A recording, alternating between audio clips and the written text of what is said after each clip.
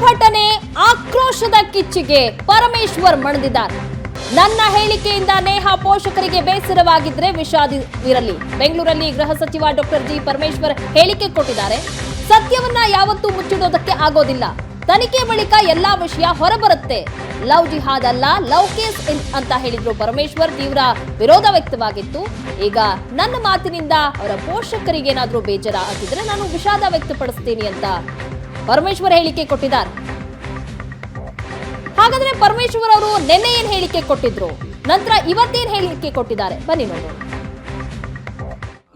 Love ಜಿಹಾದ್ ನನಗೆ ಬಂದಿರೋ ಮಾಹಿತಿಯ ಪ್ರಕಾರ ಅವರಿಬ್ಬರು ಪರಸ್ಪರ ಪ್ರೀತಿ ಮಾಡ್ತಾ ಇದ್ರು.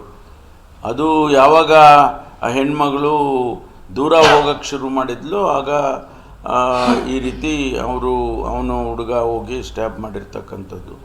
ಅದು ಯಾವ ಲವ್ ಜಿಹಾದು ಏನು ಕಾಣಿಸ್ತಿಲ್ಲ. ಪ್ರೀತಿ ಮಾಡಿ ನನ್ನನ್ನು ಬಿಟ್ಟು ಬೇರೆಯವ್ರ ಮದುವೆ ಮಾಡ್ಕೊಳ್ತಾಳೋ ಅಥವಾ ಏನೋ ಗೊತ್ತಿಲ್ಲ, ಅದು ಡೀಟೇಲ್ಸ್ ಇಲ್ಲ. ಅವರಿಗೆ ಪಾಪ ಸತ್ಯಾಸತ್ಯತೆಗಳು ಗೊತ್ತಿಲ್ಲ. ಅವರಿಗೆ ABVPನವರಿಗೆ ಗೊತ್ತಿಲ್ಲ. ಮತ್ತು ಅವರು ಭಾರತೀಯ ಜನತಾ ಪಾರ್ಟಿಯವರು ಇದನ್ನು ರಾಜಕೀಯ ಅನ್ನೋ ರೀತಿಯಲ್ಲಿ ಮಾಡೋದಕ್ಕೆ ಹೋಗಿದ್ದಾರೆ. ನಮಗೆ ಜವಾಬ್ದಾರಿ ಇದೆ, ಮುಖ್ಯಮಂತ್ರಿಗಳಿಗಾಗಲಿ ನನಗಾಗಲಿ ಅಥವಾ ಉಪಮುಖ್ಯಮಂತ್ರಿಗಳಾಗಿ ಜವಾಬ್ದಾರಿಯಿಂದ ನಡ್ಕೊಳ್ತೇವೆ. ನಾವು ಬೇಜವಾಬ್ದಾರಿ ಅಲ್ಲ. ಅದು ನಮಗೆ ಬಂದ ವರದಿಯನ್ನು ನಾವು ತಿಳಿಸಿದ್ದೇವೆ ಅಷ್ಟೇ.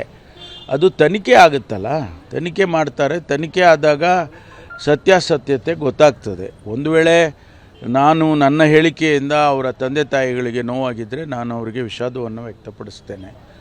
ಆದರೆ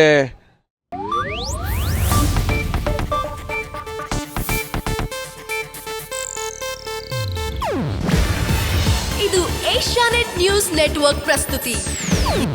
ನೀವು ನೋಡ್ತಿದ್ದೀರಾ ಏಷ್ಯಾನೆಟ್ ಸುವರ್ಣ ನ್ಯೂಸ್.